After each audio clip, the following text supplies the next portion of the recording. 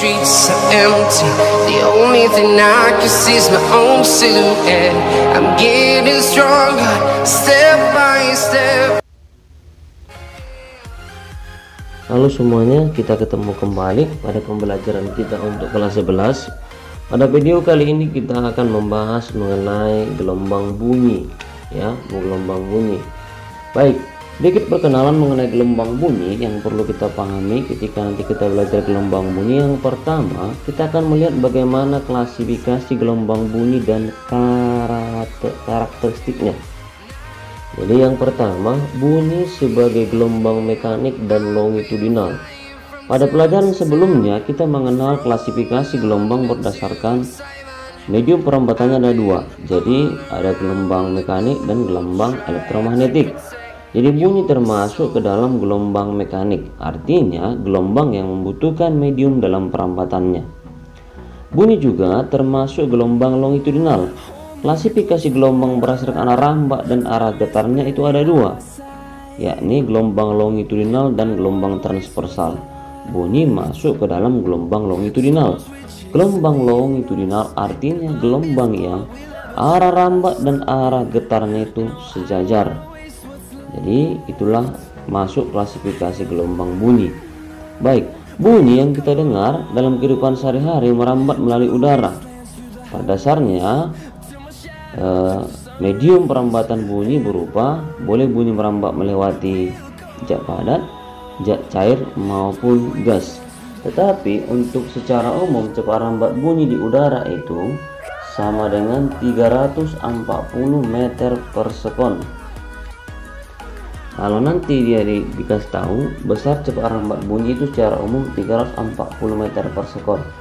Biasanya itu diambil dengan nilai 330 sampai 360, tapi tergantung di soal. Tetapi kalau nggak dikasih tahu dia datanya, maka cepat rambat bunyi itu adalah 340 meter per sekon. Selain daripada bunyi sebagai gelombang mekanik dan juga bunyi sebagai gelombang longitudinal, hal lain yang bisa kita lihat adalah frekuensi bunyi.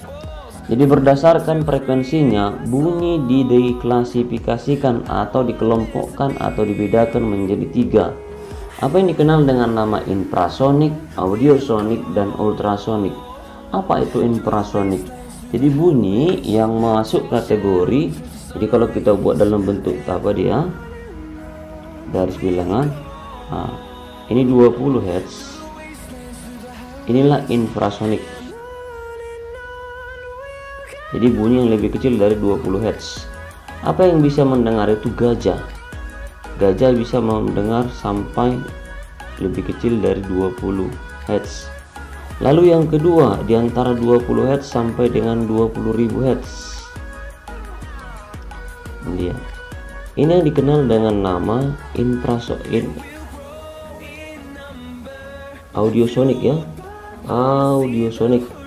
Jadi audiosonik adalah bunyi yang frekuensi rentang 20 sampai dengan 20.000 Hz.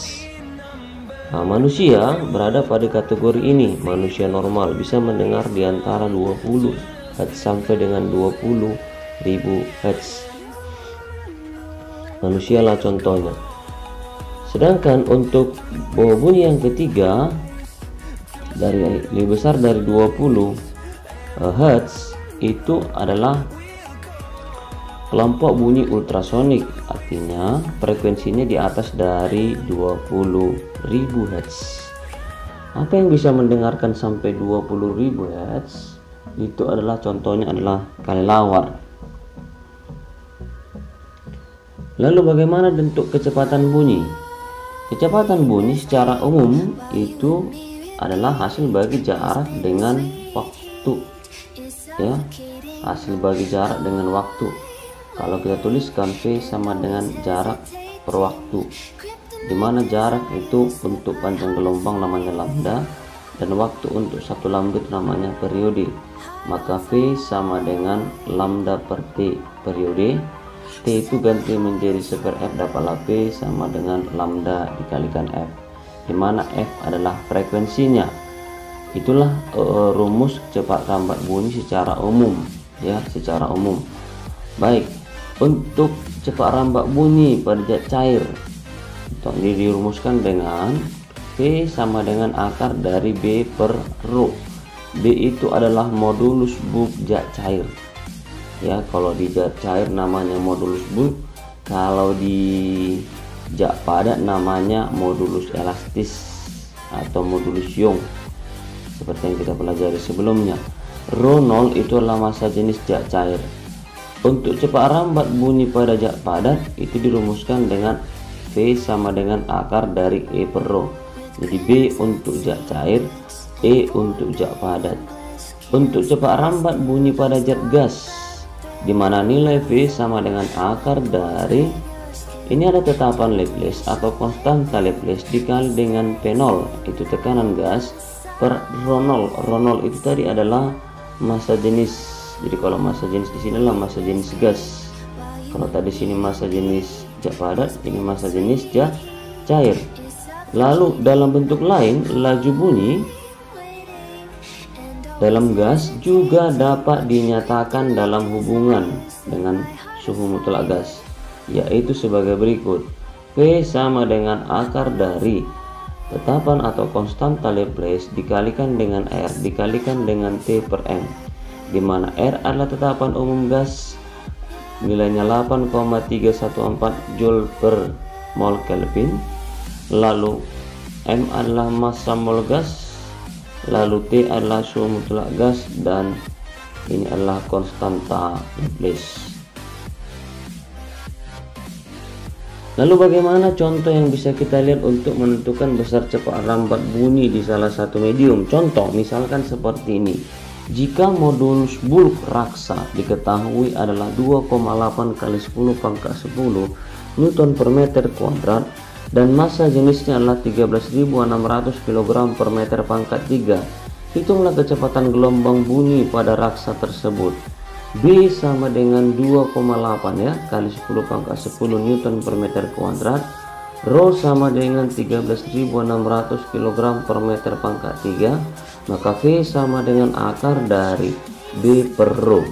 B nya tadi 2,8 kali 10 pangkat 10 dan rho nya adalah 13,6 kali 13.600, dibagikan lainnya dan diakarkan diperoleh 1,43 kali 10 pangkat 3 meter per sekon.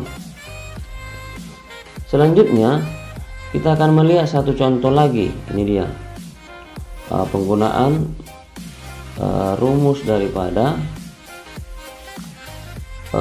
kecepatan bunyi untuk secara umum.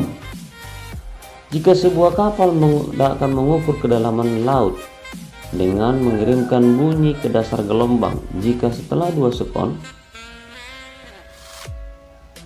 kembali menerima pantulan dan jarak dan laju bunyi di air laut adalah 2000 meter per sekon, maka kedalaman laut pada posisi itu adalah, ini misalkan kapalnya dan ini dasar lautnya. Jadi waktu katanya dari A ke B dan terima kembali pantulan itu sama dengan 2 sekon, bahwa cepat rambat bunyi di dalam zat cair itu adalah 2000, maka ditanyakan H.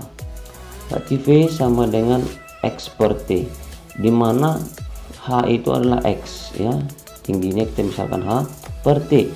T nya cukup sekali jalan, jadi T nya itu adalah TAB ya. Kalau nanti TABA maka itu nanti 2H ya. Kalau kita pakai nanti dia ini kan waktu sampai ke dasar saja, jadi kalau kita pakai nanti dia ABA maka itu sama dengan 2 kali kedalaman kan. Tapi kalau kita pakai dia nanti jarak waktunya adalah TAB, berarti itu sama dengan H. Oke, bahwa waktu dibutuhkan naik sama dengan waktu dibutuhkan terpantul. Jadi dengan dasar itu kita pakailah V sama dengan X per T sama dengan H per TAB, maka V 2000 sama dengan H per 2. 2 nya kita gantilah ini menjadi 1 sekon ya, jadi 1 sekon ini H per 1 sekon, karena T pantul itu adalah ABA itu 2 sekon, berarti T yang kita pakai itu T AB sama dengan 1 sekon. Berarti diperolehlah nanti hasilnya ini sama dengan H sama dengan 2000 dikali 1 sama dengan 2000 meter atau 2 km. Itulah hasil nanti yang bisa kita lihat nanti untuk penyelesaian soal-soal seperti ini. Baik, untuk lebih memahami soal-soal yang seperti ini, maka kita akan nanti kerjakan buku paketnya ya, soal babnya halaman soal bab kita dari materi gelombang bunyi, nomornya nomor 1, nomor 2, nomor 3, dan nomor 4. Demikian informasi tentang dasar-dasar atau pengetahuan dasar tentang gelombang bunyi. Kita akan ketemu kembali pada pembelajaran berikutnya, pada video berikutnya. Sampai jumpa dan salam sehat.